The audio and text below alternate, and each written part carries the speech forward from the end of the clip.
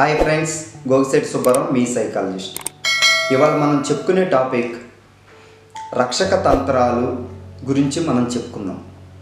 అయితే ఆ రక్షక తంత్రాల్లో ఎలాంటి రక్షక తంత్రాలు మనం వాడతాం, వాటి పేర్లు ఏంటో ఒకసారి తెలుసుకుందాం అన్నమాట. మొదటిది దమనం.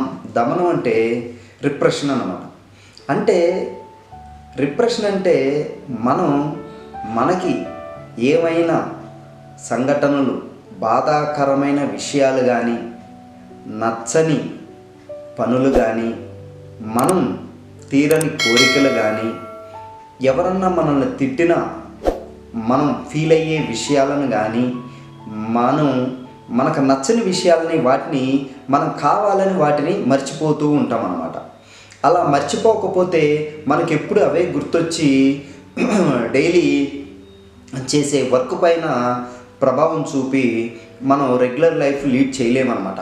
ఎప్పుడు ఆ బాధాకరమైన విషయాలు కానీ, మనకు నచ్చిన వాళ్ళు కానీ ఎవరన్నా దూరం అయిపోయినా, లేకపోతే మనకు నచ్చిన వాళ్ళు ఎవరన్నా చనిపోయినా కానీ, ఇంకెవరన్నా మనతో గొడవపడి విడిపోయినా కానీ, ఎవరి ద్వారా అయినా మనం ఎవరన్నా తిట్టినా కానీ, మనం ఎవరితోనన్నా తిట్టించుకున్నా కానీ, ఎవరన్నా మనల్ని ఇన్సల్ట్ చేసినా కానీ, ఇలాంటి విషయాలు మనం ఆ సందర్భంలో వాటిని కంటిన్యూగా గుర్తుపెట్టుకోకుండా వాటిని కావాలని మర్చిపోయి వాళ్ళని వదిలేసి మనం వేరే వర్క్లోకి వెళ్ళిపోతూ ఉంటాం అన్నమాట.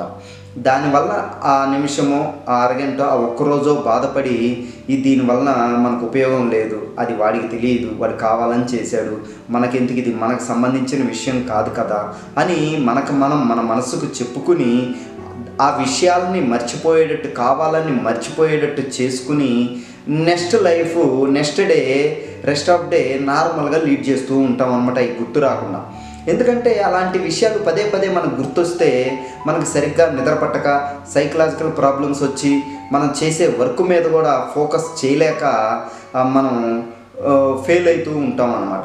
కాబట్టి ఇక్కడ గుర్తుపెట్టుకోవాల్సింది ఏంటంటే, మనం ఎవరి ద్వారా అన్నా ఏదన్నా జరిగినా, ఏదన్నా కోప్పడినా, మనకు బాధాకరమైన విషయం జరిగినా వాటిని మర్చిపోకుండా ఎప్పుడు గుర్తుపెట్టుకుంటే మాత్రం సైకలాజికల్ ప్రాబ్లమ్స్ వచ్చే అవకాశం ఉంటుంది అన్నమాట.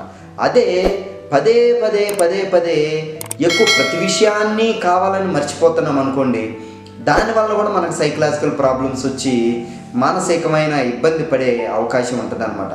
కాబట్టి ఇక్కడ గుర్తుపెట్టుకోవాల్సింది ఏంటంటే, మనం దాన్ని ఎలా ఉపయోగించాలి, మనకి సంబంధం లేకుండా, మనకి ఏ విధమైన విషయంతో మనకి సంబంధం లేకుండా, లేకపోతే మనకు తెలిసిన వాళ్ళు ఎవరన్నా చనిపోయినా, మనల్ని ఎవరి ద్వారానో ఎవరన్నా మనం తిట్టినా, కొన్ని విషయాలు అది దేనికోసమైంది ఏందని కాసేపు విశ్లేషించి ఆలోచించి, సరే ఎవరన్నా చనిపోయిన ఇలాంటివన్నీ సహజం కదా అని మన మనసుకు మళ్ళీ మనం చెప్పుకుని బాధపడి, మళ్ళీ బాధలో నుంచి బయటకు వచ్చి నెక్స్ట్ డే నుంచి ఆ ఆలోచనని పక్కన పెట్టి మన పని మనం ఎప్పుడైతే చేసుకుంటూ ఉంటామో అలాంటి దాన్ని దమనం అని అంటారన్నమాట.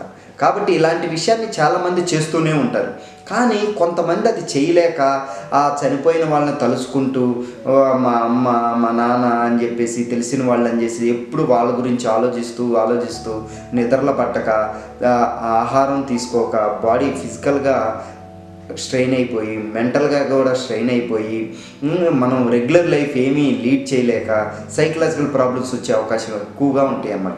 కాబట్టి కొన్ని విషయాల్ని మనం ఎంత మర్చిపోవటానికి ప్రయత్నించి మర్చిపోతే అంత నెక్స్ట్ విషయాలని మన మీద ఫోకస్ చేయగలుగుతాం అన్నమాట. కాబట్టి మనం ఏ విషయాలనైనా దేన్ని మర్చిపోవాలి, దేని మీద ఫోకస్ చేయాలనేది తెలుసుకుని మనం చేయగలిగితే, చాలామంది అలాగే చేస్తూ ఉంటారు కాబట్టి వాళ్ళ పనులు వాళ్ళు చేసుకుంటూ ఉంటారు. ఎప్పుడైనా గుర్తొచ్చినప్పుడు బాధపడి మళ్ళీ దాన్ని గుర్తు రాకుండా చేసుకుని వేరే పని మీదకి వెళ్ళిపోతూ ఉంటారు అనమాట. కంటిన్యూగా అదే దాంట్లో, అదే లూప్లో, అదే ఆలోచనలో ఉండరు అనమాట. కానీ కొంతమంది అదే ఆలోచనలో ఉంటే మాత్రం సైకలాజికల్ ప్రాబ్లమ్స్ వచ్చే అవకాశం ఉంటుంది అనమాట. కాబట్టి ఇక్కడ ఇలాంటి విషయాలు చాలామంది చేస్తూనే ఉంటారు. కాబట్టి ఇది ఒక రక్షక తంత్రం అనేది చాలామందికి తెలియదు అనమాట. అందుకనే ఇలాంటి రక్షక తంత్రం యూజ్ చేసుకున్నప్పుడు, దమనం అనే, రిప్రెషన్ అనే రక్షక తంత్రాన్ని మనం యూజ్ చేసుకున్నప్పుడు సైకలాజికల్ ప్రాబ్లమ్స్ని ఫేస్ చేయకుండా రెగ్యులర్ లైఫ్లోకి లీడ్ చేసే అవకాశం ఎక్కువగా ఉంటుంది అనమాట.